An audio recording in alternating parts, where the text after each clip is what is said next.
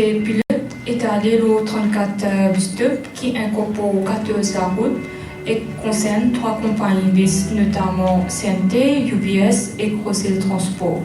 Le système là, il a un site web et une application mobile reliée avec GPS pour montrer bonne arrivée bus en temps réel. Pour NTA, en tant qu'un régulateur juridique, ce système-là permet de prouver bonne bis en temps réel. Et avec une visibilité pareille, capable de connaître qui bis peut faire qui la route et si je peux respecter le timetable. Ce système-là permet de gagner plusieurs rapports, comme départ et arrivée bis, comme trajet bis et plusieurs autres. C'est un service qui NTA peut offrir le public en général. As Mrs. Asmumi had just told you, that we are here today for the launching of the passenger information system. And what is it really? Back in time, we have been using a timetable which was on paper.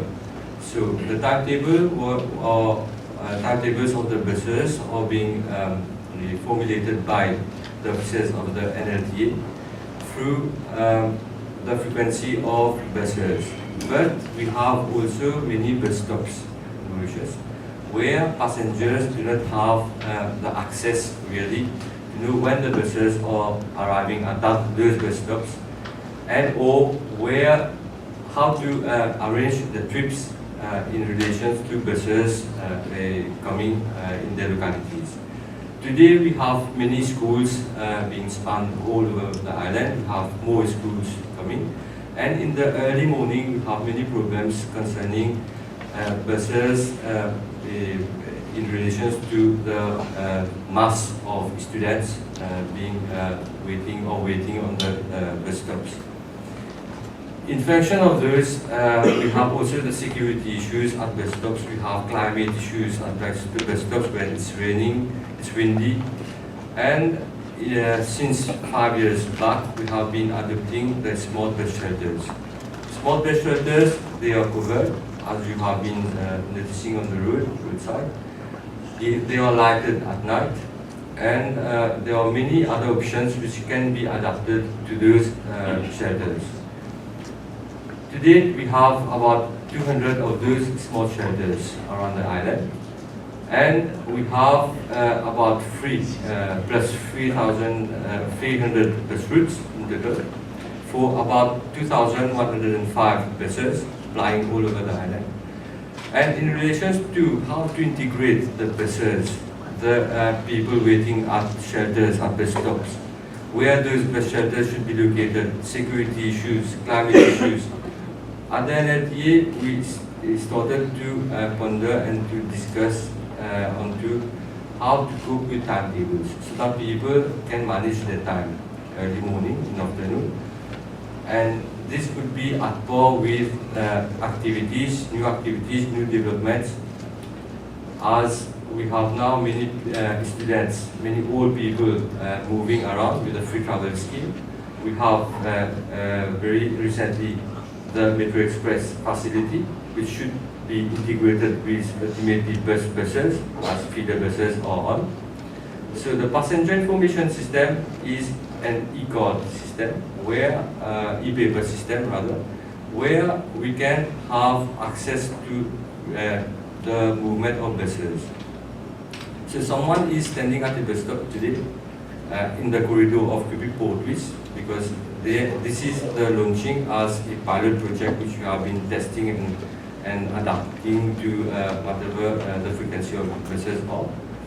So someone standing at a bus stop now in that corridor can see on the screen where the bus is, and how he can see how the bus is, where the bus is located exactly is through a GPS system. So we have about 365 buses in all.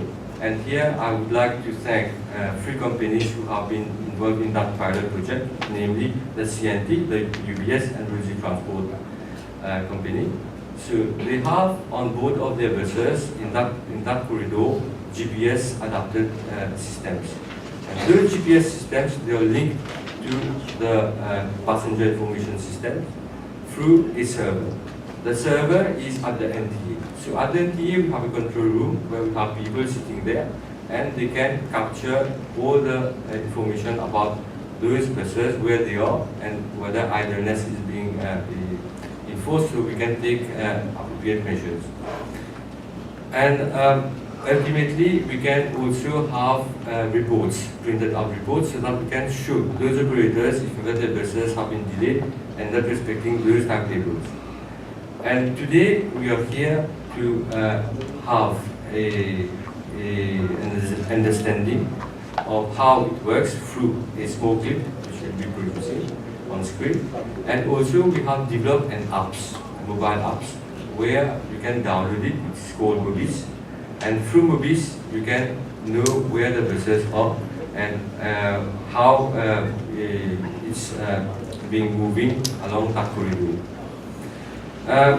As you will concur with me, today we are launching this project. And this project, we are aiming at integrating it with the Metro Express so that the timetable of Metro Express ultimately matches with the bus timetable. So we have to develop this in time to come. And this application, this passenger information system is so robust that we can even have enforcement on board our buses through the system being put through the GPS on the buses. Like today, it's very rare that we can enforce buses where their rear door with a signal warning, whether it's open or not. So today we have to stop that bus to know whether it's conforming to that law or at the fitness center. But through this system, we can have it on our server. We can know whether it's on or the door is open or closed, whether the system is working. We have also an option in that system where we can track the speed of the vehicles. So all those options, they drive towards the safety of the buses and the passengers. And we are in progress to increasing the smart shelters around the island. So ultimately through this corridor, we'll be extending towards other roads, other shelters. And we look forward for you here to download the Mobis and try it. And if ever there are some problems, because all technologies, ICT, e-technologies, we have to tune up in time to come. And NLTA is moving towards that paperless system. So maybe the minister will cover on that. And we have many other projects which have been already enforced paperless, where people can go online and do transactions and have renewals of their licenses and so on. And tomorrow, when I say tomorrow, it's not tomorrow, it's in time to come, where we are willing to extend more of e-services through, say, the purchase and selling of cars online. So we have to develop that also. So we are aiming at reducing people spending time for nothing. Maybe they can use it for other more valuable means. On that, I'll leave the floor to the MC. Thank you.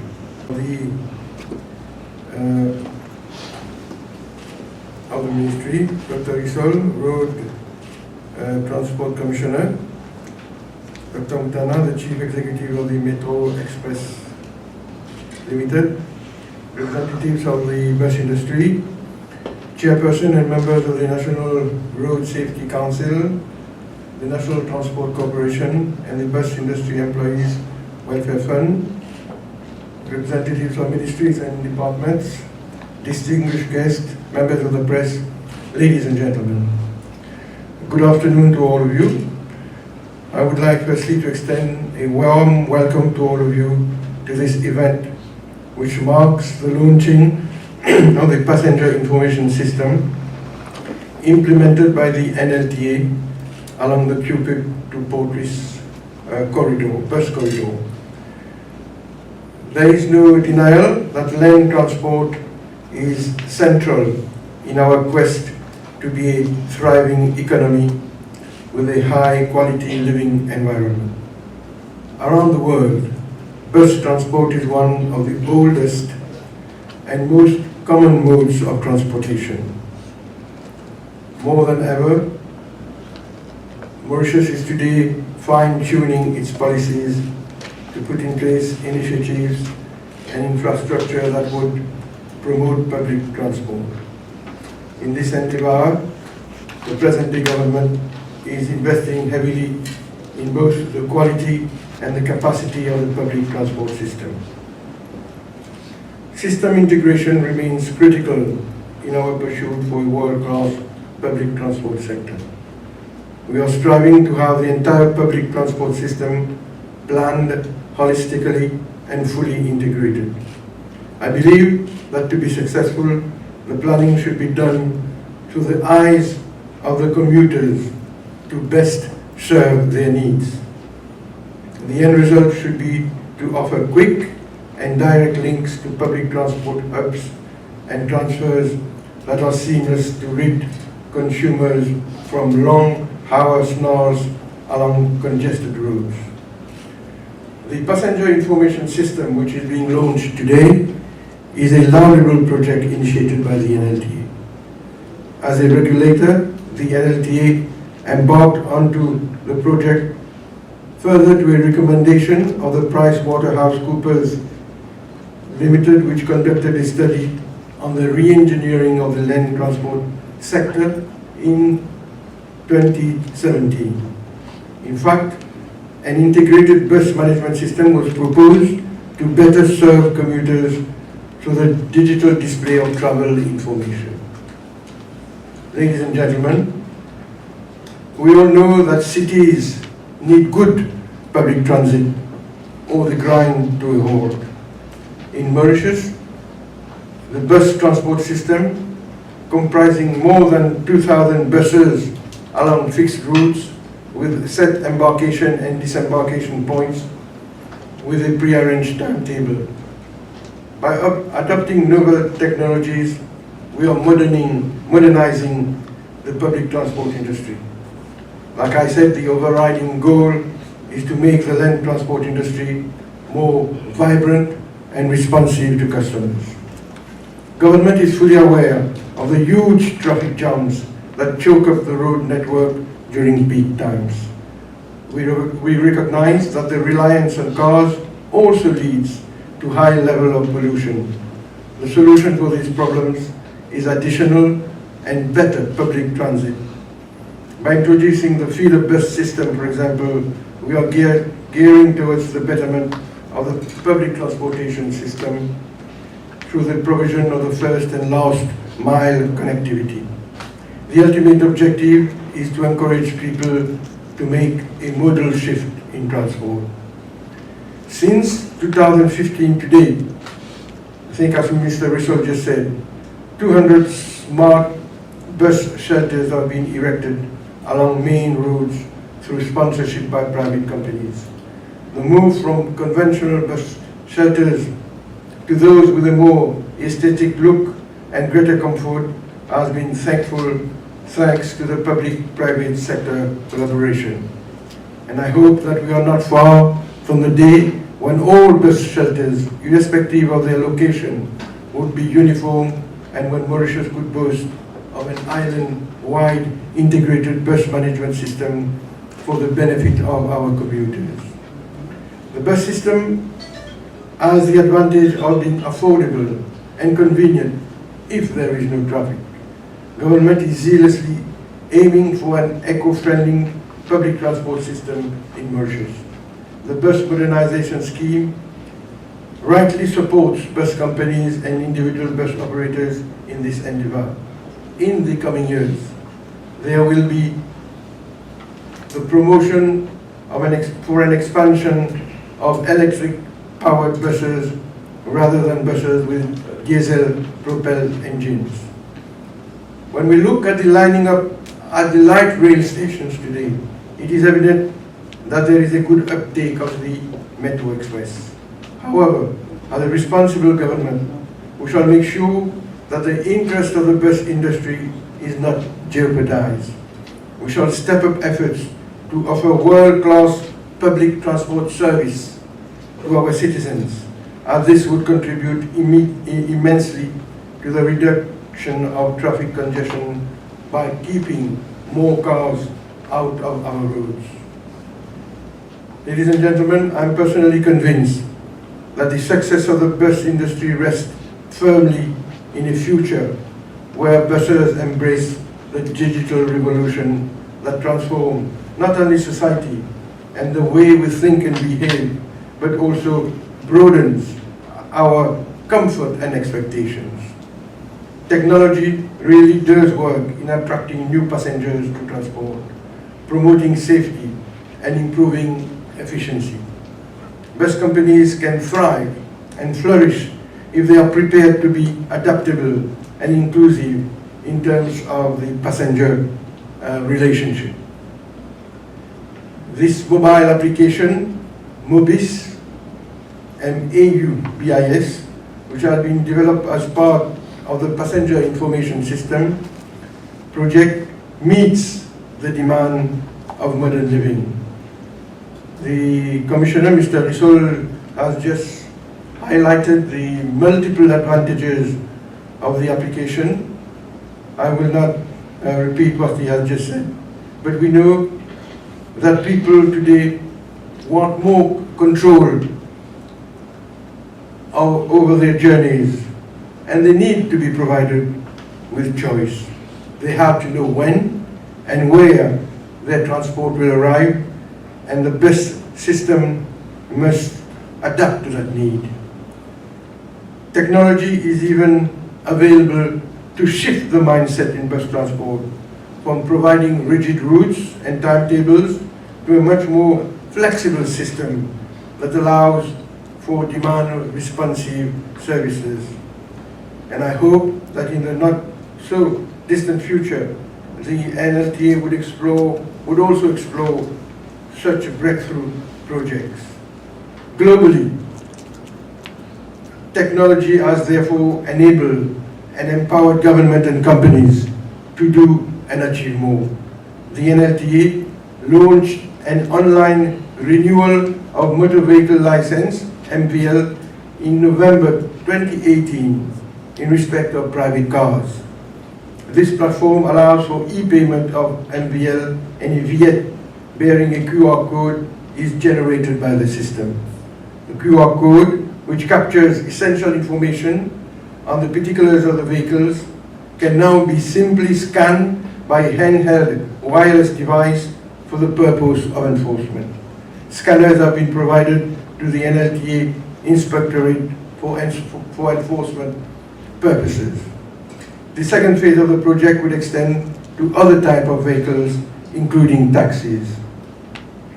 Indeed, a rejuvenated land transport sector necessitates that bus transport blends harmoniously with the light rail system.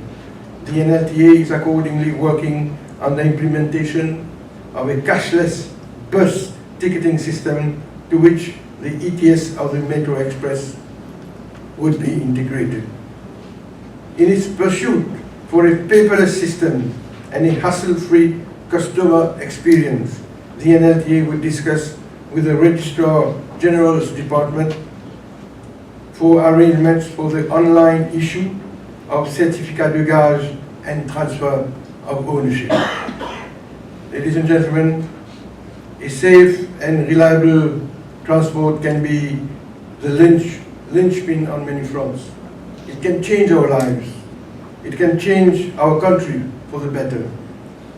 That's why the present-day government is fully focused on building a modern transport system, one that connects our localities, supports our businesses, and one that is safe and reliable, affordable, and accessible. And we are determined that such a system will also play its part in contributing to the government's climate change goals. If our land transport sector is to achieve all these objectives, then first, last, and always, it has to be sustainable. I would therefore end my speech by making an appeal to all stakeholders to individually and collectively put forth proposals and ideas to modernize our public transportation so that together we can put in place a sustainable land transport industry. Before I end, I would like to thank all the stakeholders, everybody who has made this project possible, having a special thought with for my predecessor, Mr. Nandu Buddha. With these words, I am privileged, ladies and gentlemen, to launch the Passenger Information System, and I thank you for your attention.